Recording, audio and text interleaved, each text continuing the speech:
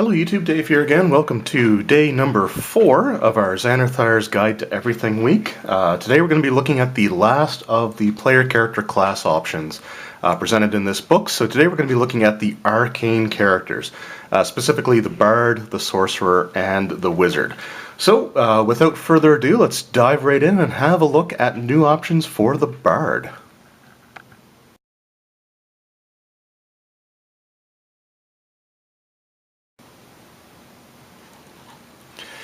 Alright, so taking a look at the Bard, just a little bit of background stuff. They have defining works, so this is an example of a song that they've created, or a work that they've created, that they tend to be particularly well known for. So this is actually kind of cool.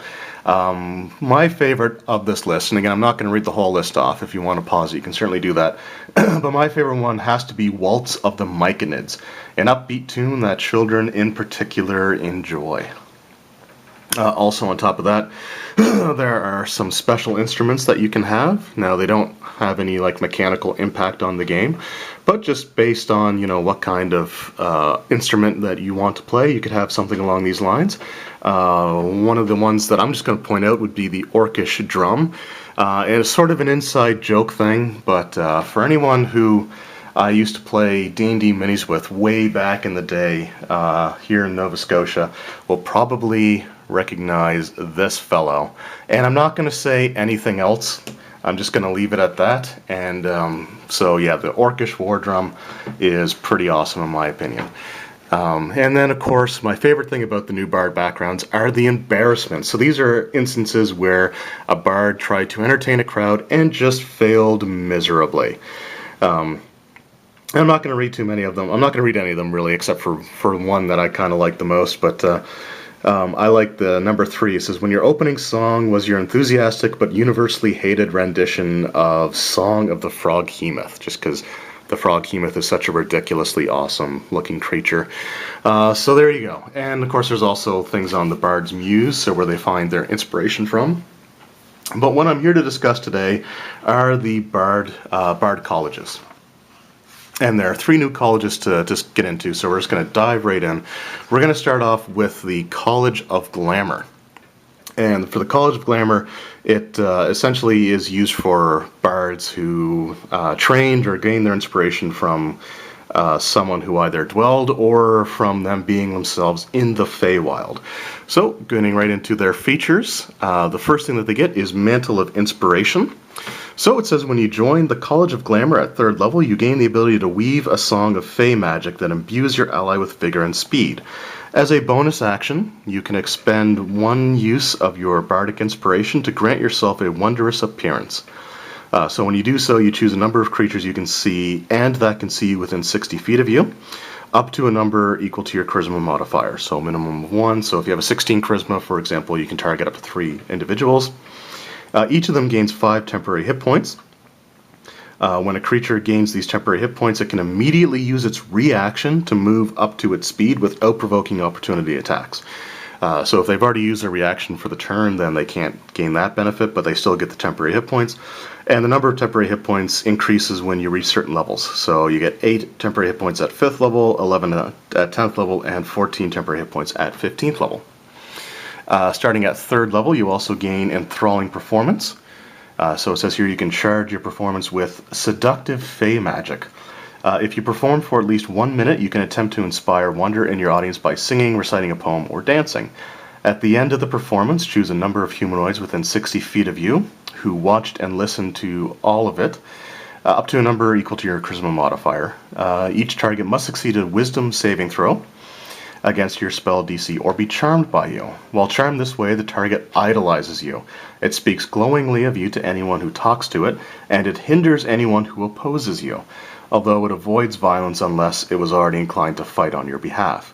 This effect ends on the target after 1 hour if it takes any damage, if you attack it, or if it witnesses you attacking or damaging any of its allies. If a target succeeds on a saving throw, the target has no hint that you tried to charm it. And then you gain this back when you finish a short or long rest. So the thing I like about this is that if it fails, the target's not tipped off. So I kind of compare this to the Friends cantrip, I think it was. which gives you advantage on a charisma saving throw. However, after the spell effect ends, the target knows that you use magic to influence their attitudes. So I like that, if this fails, it doesn't make the enemy or whoever you tried to target aware that you tried to use magic to manipulate them. At 6th level, you get Mantle of Majesty, so you gain the ability to cloak yourself in a fey magic that makes others want to serve you. As a bonus action, you cast Command without expending a spell slot. You can take on an appearance of unearthly beauty for 1 minute or until the concentration ends, as if you were concentrating on a spell. During this time, you can cast Command as a bonus action on each of your turns without expending a spell slot. Any creature charmed by you automatically fails its saving throw against the command you cast with this feature. So if you combine this with Enthralling Performance, or if you already have them charmed, then you automatically get to command them. Once you use this feature, you can't use it again until you finish a long rest, so it's kind of like a once-a-day thing. But as long as you're concentrating on it, you can cast Command essentially once per round. At 14th level, you get Unbreakable Majesty. So your appearance permanently gains an otherworldly aspect that makes others look more, or that makes you look more lovely and fierce. In addition, as a bonus action, you can assume a magically majestic presence for 1 minute or until you are incapacitated. For the duration, so for that minute or until you're incapacitated, whenever any creature tries to attack you for the first time on a turn, the attacker must make a charisma saving throw against your spell save DC, and on a failed save, it can't attack you on this turn, and it must choose a new target for its attack, or the attack is wasted. On a successful save, it can attack you on this turn, but it has disadvantage on any saving throw it makes against your spells on your next turn. Once you assume this majestic presence, you can't do so until you finish a short or long rest. So it's a good way to try to prevent yourself from being attacked. The downside is that if you have another ally within melee range of you, then they can, the enemy can target them instead. But, even if they're able to attack you, they're still at disadvantage if you cast any spells on them the next round, which is pretty cool. And that was the College of Glamour. So we're going to move right on now to the College of Swords. So this one is definitely a more martially oriented Bard College. So we're just going to get right into it here, starting with bonus proficiencies. So when you join the College of Swords at 3rd level, you gain proficiency with medium armor and the scimitar. If you're proficient with a simple or melee weapon, you can use it as a spellcasting focus of your bard spells. So you can channel the magic basically through your weapon instead of having to have a, a separate focus. So you don't rely on instruments so much as you do displays with your weapon. So you can kind of flourish it, do things like sword swallowing to kind of impress people and use that for your performances and your spellcasting focus. At 3rd level, you also choose a fighting style between either dueling or 2-up fighting. So the 2-up fighting is when you engage in 2-up fighting, you add your ability modifier to the damage of the second attack. So normally you wouldn't. You would only do the normal weapon damage. But with this, you can actually add your strength or dexterity modifier depending on the weapons that you're using. For dueling, it says when you are wielding a melee weapon in one hand and no other weapons, you gain a +2 bonus to damage rolls with that weapon. So this is one of those things it's been contested in the past, but this style, the dueling, does allow you to have a shield on your other hand. So if you're proficient with shields, you can still use a shield and get the benefit of dueling. You don't have to have the second hand completely free.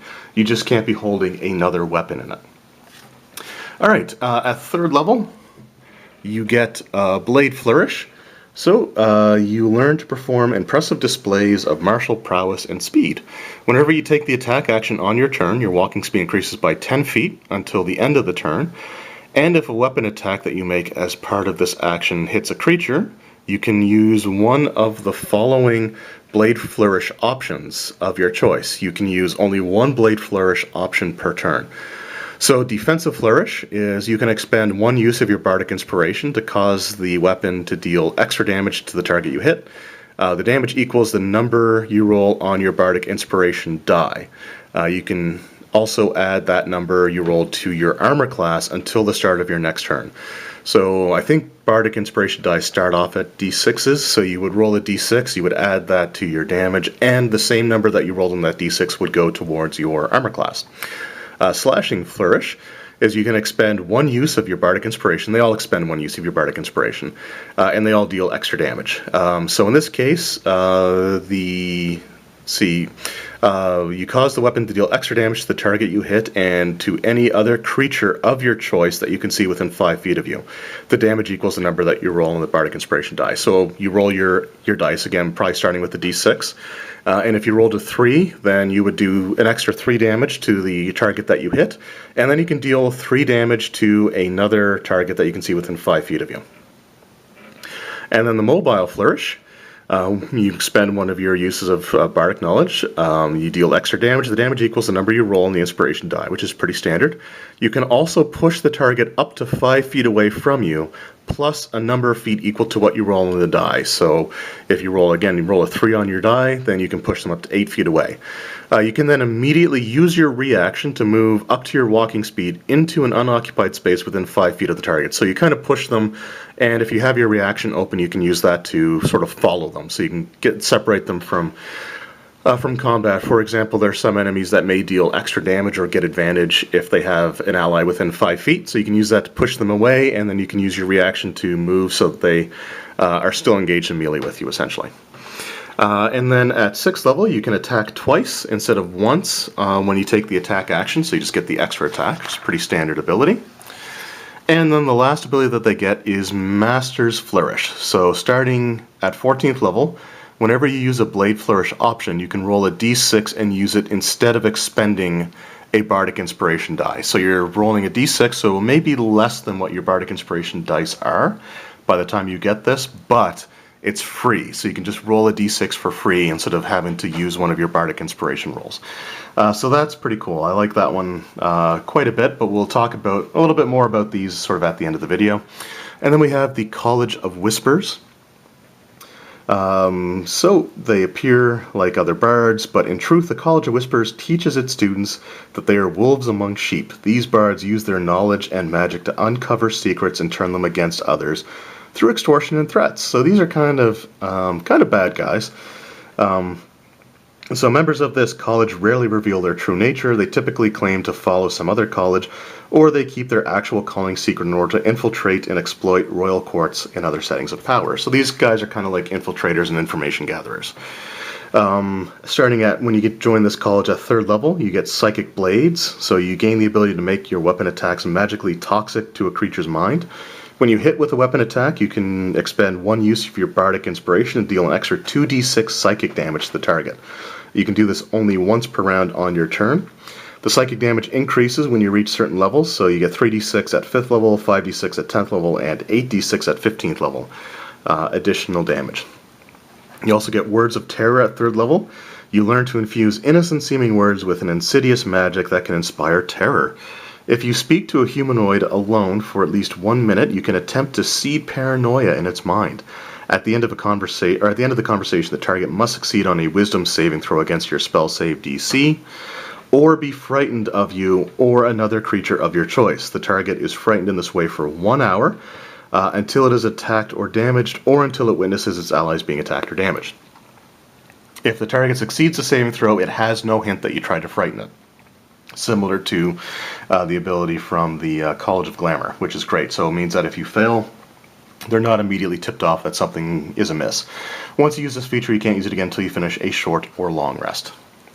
So this is more of a role-playing thing. In a role-playing scenario, you talk to them for a minute, then you kind of try to intimidate them, basically. Not that it can't be used in combat situations, but having to talk to something alone for at least a minute means you're more than likely going to be using this in a social interaction type of setting. At 6th level, you gain Mantle of Whispers, so you gain the ability to adopt a humanoid's persona. When a humanoid dies within 30 feet of you, you can magically capture its shadow using your reaction. You retain this shadow until you use it or until you finish a long rest. You can use the shadow as an action. When you do so, it vanishes, magically transforming into a disguise that appears on you. You now look like the dead person, but healthy and alive. This disguise lasts for 1 hour, or until you end it as a bonus action. While you're in this disguise, you gain access to all the information that the humanoid would freely share with a casual acquaintance. Such information includes general details on its background and personal life, but it does not include secrets. The information is enough that you can pass yourself off as the person by drawing on its memories. Another creature you can see through this disguise by succeeding on a Wisdom Insight check, contested by your Charisma Deception check, but you gain a +5 bonus to the Charisma Deception check. Once you capture a shadow with this feature, you can't capture another one until you finish a short or long rest. So this is pretty good for like infiltration things if you're trying to sneak into like an enemy stronghold or something like that. You can, kill one of the targets, hopefully away from anybody else's line of sight, and steal their persona and just kind of walk in as them. And then at 14th level, you get Shadow Lore, so you gain the ability to weave dark magic into your words and to tap into a creature's deepest fears. As an action, you magically whisper a phrase that only one creature of your choice within 30 feet of you can hear. The target must make a Wisdom saving throw against your spell save DC. It automatically succeeds if it doesn't share a language with you or if it can't hear you. On a successful saving throw, your whisper sounds like unintelligible mumbling and has no effect. On a failed saving throw, the target is charmed by you for the next 8 hours or until you or your allies attack it, damage it, or force it to make a saving throw. It interprets the whispers as a description of its most mortifying secret. You gain no knowledge of this secret, but the target is convinced you know it. The charmed creature obeys your commands for fear that you will reveal its secret. It won't risk its life for you or fight for you unless it was already inclined to do so. It grants you favors and gifts it would offer to a close friend. When the effect ends, the creature has no understanding of why it held you in such fear. Once you use this feature, you can't use it again until you finish a long rest. So it's a way that you can kind of manipulate somebody into doing things for you. You don't learn what the secret is, so it's going to remain a mystery to you. But you kind of get it to the point where you're almost blackmailing the creature for the duration, which is again pretty neat. So those were the Bards. Like I said, I think I'll save sort of my overall feeling on the Bards on each of these new options for when I get to the end of the video. So let's just move right on now. We're going to go over to the Sorcerer class.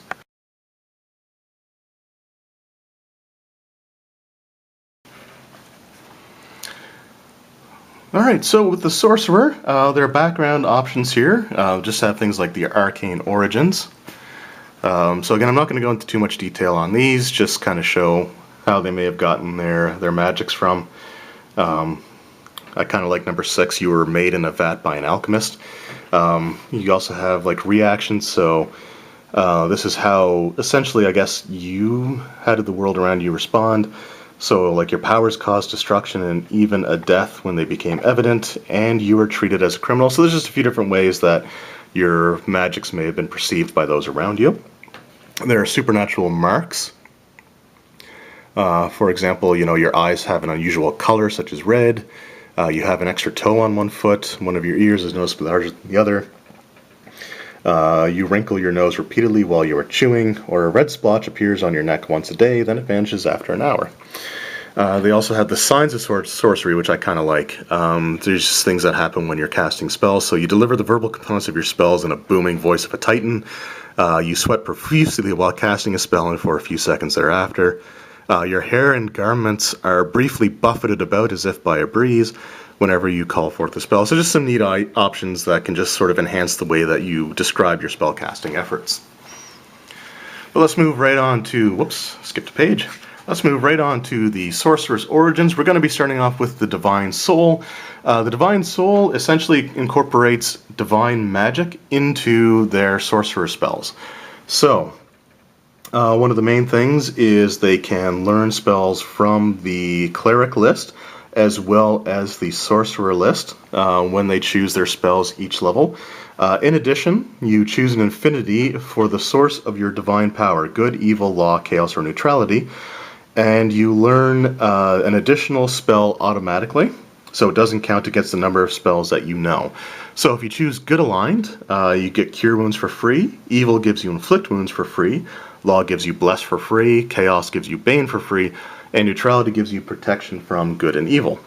At first level, you also gain Favored by the Gods, so Divine Power guards your destiny.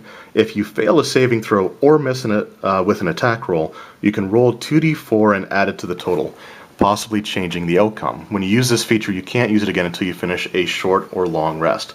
So, essentially, once until you finish a rest of any kind, if you fail at an attack roll or a saving throw that you really want to pass or succeed on, you can roll 2d4, so you're going to get a minimum of +2 and a maximum of +8 to the roll, and you can do that once per rest, sort of thing.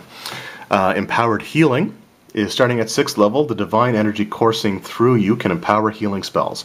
Whenever you or an ally within 5 feet of you rolls dice to determine the number of hit points a spell restores, you can spend 1 sorcery point to reroll any number of those dice once, provided you aren't incapacitated.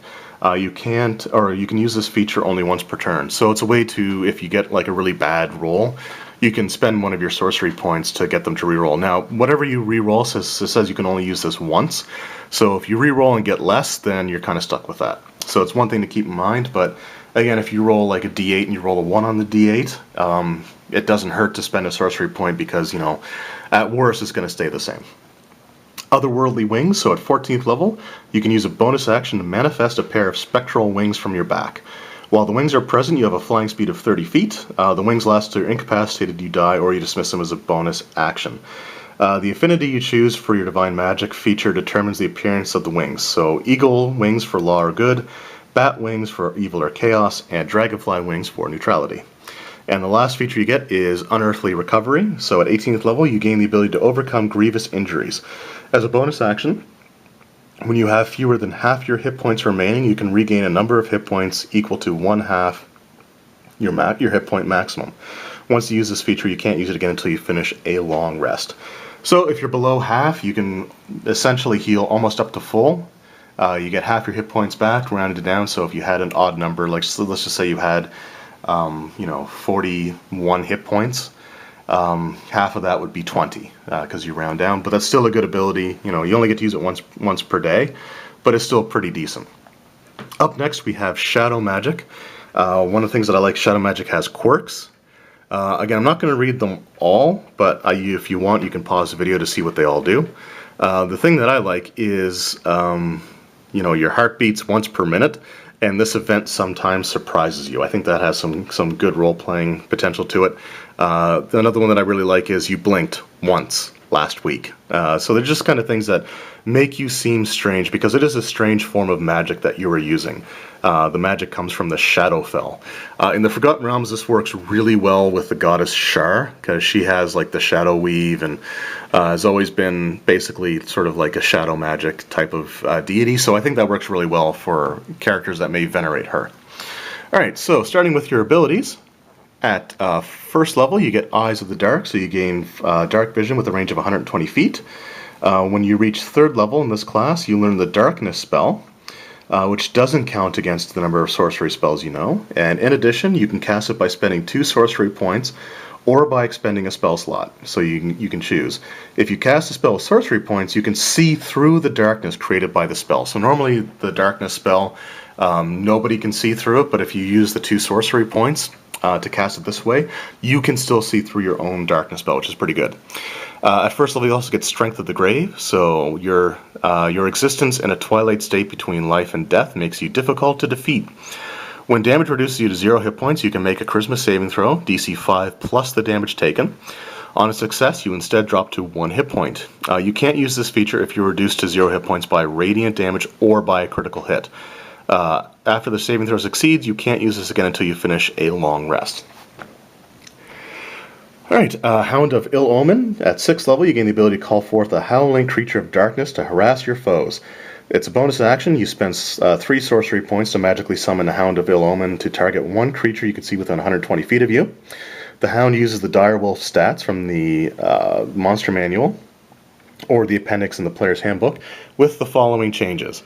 So the Hound is size medium and not large, and it counts as a monstrosity and not a beast.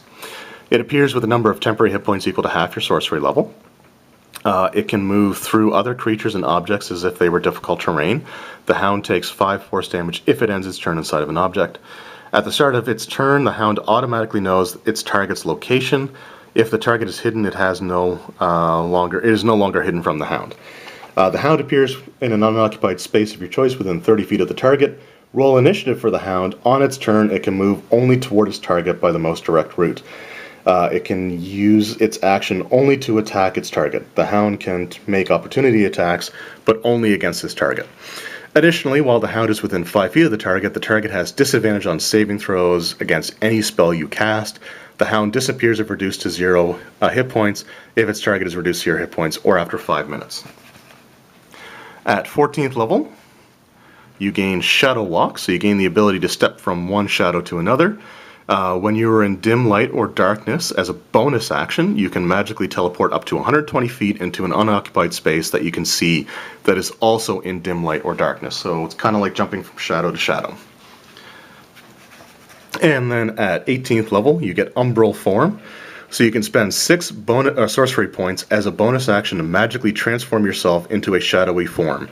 In this form, you have resistance to all damage except for force and radiant damage. You can move through other creatures and objects as if they were difficult terrain, and you take 5 force damage if you end your turn inside of an object. You remain in this form for 1 minute. It ends early if you are incapacitated, if you die, or if you dismiss it as a bonus action. And that is the Shadow Magic. The last one we're going to move on to is Storm Sorcery, which I guess the Ornate Magic comes from the power of elemental air, and you can use that to manipulate things around you. So, getting right into it, at first level, or as soon as you take this Sorcerer's Origin, the arcane magic you command is infused with elemental air. You can speak, read, and write Primordial. Knowing this language allows you to understand and be understood by those who speak its dialects, Aquan, Arin, Ignan, and Terran. So you can basically communicate with elemental creatures. You also get tempestuous magic, so starting at first level, you can use a bonus action on your turn to cause whirling gusts of elemental air to briefly surround you. Immediately before or after you cast a spell of first level or higher, it surrounds you immediately before or after you cast a spell of first level or higher. Doing so allows you to fly up to 10 feet without provoking opportunity attacks. At 6th level, you get Heart of the Storm, so you gain resistance to lightning and thunder damage. In addition, whenever you start casting a spell of first level or higher that deals lightning or thunder damage, stormy magic erupts from you. This eruption causes creatures of your choice that can see, or that you can see within 10 feet of you to take lightning or thunder damage. You choose each time this ability activates, equal to half your sorcerer level. So at 6th level, you can deal 3 points of damage to a target that you can see, or it causes creatures of your choice. So any enemy creature basically within 10 feet of you would take thunder or lightning damage of whichever you choose, equal to half your sorcery level. So again, at 6th level, it'll be 3 points. Storm Guide. At 6th level, you gain the ability to subtly control weather around you. If it is raining, you can use an action to cause the rain to stop falling in a 20-foot radius sphere centered on you. You can end this effect as a bonus action. If it is windy, you can use a bonus action each round to choose the direction that the wind blows in a 100-foot radius sphere centered on you. The wind blows in that direction until the end of your next turn. This feature doesn't alter the speed of the wind. The rain thing is actually kind of interesting because if you're running through the Tomb of Annihilation, one of the things that can slow down your travel speed is heavy winds like a tropical storm, which actually happened to my group on the first day that they were traveling. I rolled the weather and it ended up being a tropical storm. So normally if they try to travel through it, they would suffer a level of exhaustion for trying to travel through such horrible conditions. But in heavy rain, if you have this ability, then you can have the rain not affect you and anything around you in 20 feet. So you can technically have your party move through the heavy rains and stuff and stay completely dry, which is kind of neat. At 14th level, you get Storm's Fury. So when you are hit by a melee attack, you can use your reaction to deal lightning damage to the attacker. The damage equals your sorcery level. So at 14th level, if you're hit by a melee attack, you can deal 14 damage back. The attacker must also make a strength saving throw against your sorcerer spell save DC. On a failed save, the attacker is pushed back in a straight line up to 20 feet away from you. And then Wind Soul. So at 18th level, you gain immunity to lightning and thunder damage. You also gain a magical flying speed of 60 feet. As an action, you can reduce your flying speed to 30 feet for 1 hour and choose a number of creatures within 30 feet of you, equal to 3 plus your charisma modifier. The chosen creatures gain a flying speed of 30 feet for 1 hour. Once you reduce your flying speed this way, you can't do so again until you finish a short or long rest. So after the hour, I think your magical flying speed comes back up to 60, but you can't change it again, and you can't grant anyone else flying speed until you finish a short or long rest. So there you go. So those were the Sorceress options. All that's left to do is move on and have a look at the Wizard.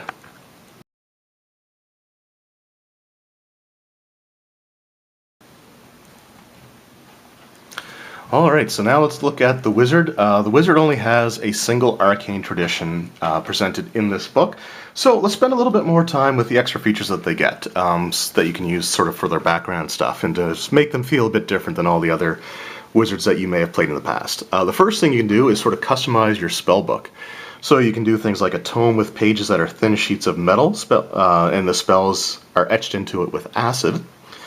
Number 2, long straps of leather, on which spells are written wrapped around a staff for ease of transport. So instead of having a traditional book, you just have these leather straps that you've got the spells written on. A battered tome filled with pictographs that only you can understand. Small stones inscribed with spells and kept in a cloth bag. A scorched book ravaged by dragon fire with the script of your spells barely visible on its pages. And the last one, a tome full of black pages whose writing is visible only in dim light or darkness. You also have your ambitions, kind of what you aspire to. It said, you will prove that the gods aren't as powerful as folk believe. Immortality is the end goal of your studies. If you can fully understand magic, you can unlock its use for all and usher in a new era of equality. Magic is a dangerous tool. You use it to protect what you treasure. Arcane power must be taken away from those who would abuse it, and you will become the greatest wizard the world has ever seen, or the world has seen in generations. So these are just ambitions and things that you want to achieve with your magic. There's also the eccentricities. So these are kind of like habits or personality quirks that you have. So one is you have the habit of tapping your foot incessantly, which often annoys those around you. Your memory is quite good, but you have no trouble pretending to be absent-minded when it suits your purposes. If anybody's watched the Game of Thrones show, one of the characters in King's Landing, I forget what they call him. I want to say Magisters, or he pretends to be feeble-minded. So that's anyway. I binge watched the whole series, but I forget the names of them. You never enter a room without looking to see what's hanging from the ceiling. Your most prized possession is a dead worm that you keep inside a potion vial. When you want people to leave you alone, you start talking to yourself. That usually does the trick.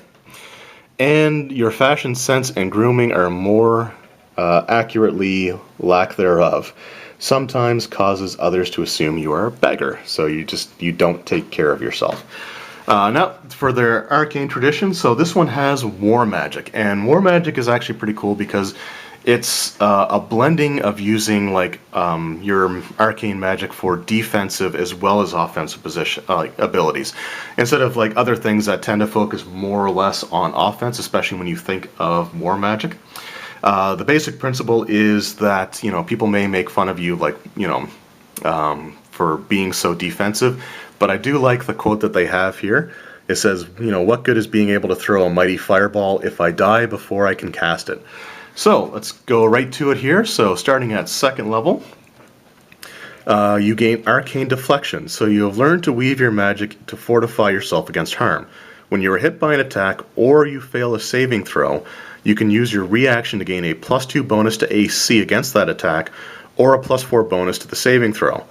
When you use this feature, you can't cast spells other than cantrips until the end of your next turn. So it limits you to your cantrips, but it may keep you basically alive, which is always a good thing. At 2nd level, you also get Tactical Wit. So your keen ability to assess tactical situations allow you to act quickly in battle. You can give yourself a bonus on your initiative rolls equal to your intelligence modifier. At 6th level, you get Power Surge, so you can store magical energy within yourself to later empower your damaging spells. In its stored form, the energy is called a Power Surge.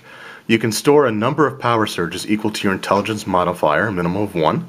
Whenever you finish a long rest, your number of Power Surges resets to 1. Whenever you successfully end a spell, whenever you successfully end a spell with Dispel Magic or a counterspell, you gain 1 Power Surge as you steal magic from the spell that you foiled. If you end a short rest with no surges, you gain 1 Power Surge. So, what you can do with that is once per turn, when you deal damage to a creature or object with a wizard spell, you can spend 1 Power Surge to deal extra force damage to that target. The extra damage equals half your sorcerer level. So it's a lot to sort of go through. You start with a minimum of 1. If you store others by using Counterspell or Dispel Magic, which you can store up to a maximum number of these equal to your intelligence modifier. If you finish a long rest and you have other ones that you haven't used, they all go away. So if you stored like an extra 3 and you have 2 of them left over by the time you go for a long rest, then you're reset back down to 1. So that's sort of the thing. You kind of want to use them up as much as you can because they're sort of like a use or lose type of thing. The plus side is that if you've expended all of your uses and complete a short rest, you get 1 use back. And being able to burn it to deal extra damage equal to half your wizard level, so at 6th level you'd be able to do an extra 3 points on top of everything else. So it's sort of a decent ability, but just make sure that you don't try to sit on your extra things too much if you use Dispel Magic or Counter Spell. So kind of use them up as much as you can before you take the long rest. At 10th level you get Durable Magic, so beginning at 10th level the magic you channel helps ward off harm. While you maintain concentration on a spell, you have a +2 bonus to AC and all saving throws. And then at 14th level, you have Deflecting Shroud, so your Arcane Deflection becomes infused with deadly magic. When you use your Arcane Deflection feature, you can cause magical energy to arc from you. Up to 3 creatures of your choice that you can see within 60 feet of you take force damage equal to half your wizard level.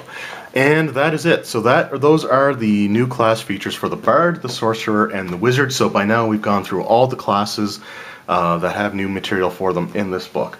Overall, I like the Arcane features for the most part pretty well. Like I think the War Magic one I think is fantastic. I love that one quite a bit. For the Sorcerers, the Storm Magic is probably the one that I think is sort of my least favorite of them. But, you know, overall, all those options, again, I consider to be fairly decent. With my favorite in that probably being, whoops, we'll just go to the chart here so I can see the names of them, because the names tend to escape me. I like the Divine Soul one probably the most, just because it gives the widest range of options. Being able to have some divine magic in there as well. The shadow magic I think works great for, I would use it as a DM creating NPCs that follow the goddess Shar, because, you know, shadow magic is a big thing there. As far as the Bard goes, College of Glamour is alright. You know, I think it's a neat ability, or a neat series of abilities.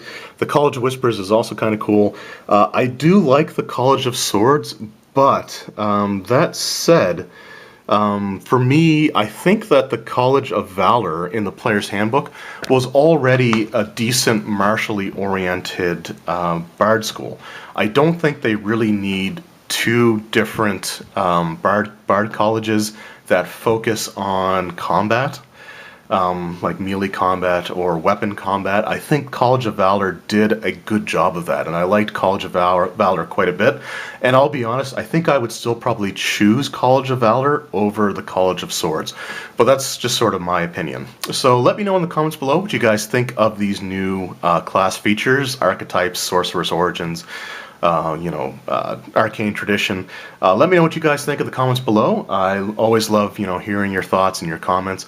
Really looking forward to it. So again, that was all the classes. They are now out of the way. So I hope you come back tomorrow, because tomorrow what we're going to be looking at is the DM's tools. Specifically, we're going to be looking at encounter building and how the encounter building sort of compares in this book versus the Dungeon Master's Guide. So again, thank you guys very much for watching. I hope you enjoyed, and we'll see you next time.